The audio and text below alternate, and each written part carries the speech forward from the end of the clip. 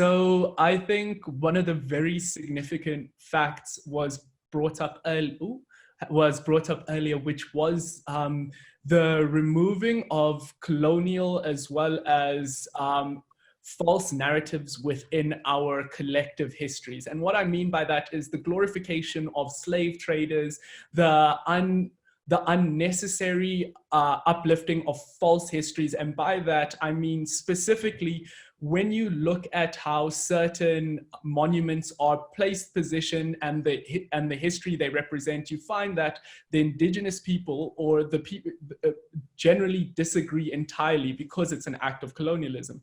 So for me, the role the arts can play can be such as, I believe it was in London, where the statue of the slave trader was replaced with a statue of a Black protester, because it is more conscious of the people who it represents, and it is also a more a nuanced understanding of history. And locally, we saw the Rhodes Must Fall movement, which was championed by artists, which spoke to directly the institutionalization of racism, because Rhodes, of course, that statue was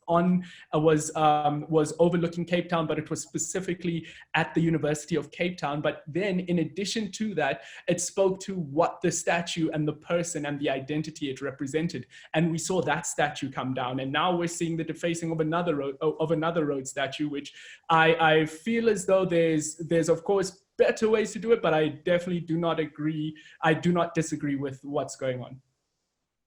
You know, and I will just add to that personally, since you brought up Rhodes Must Fall, that I saw when I was in the United States before coming to South Africa, a play.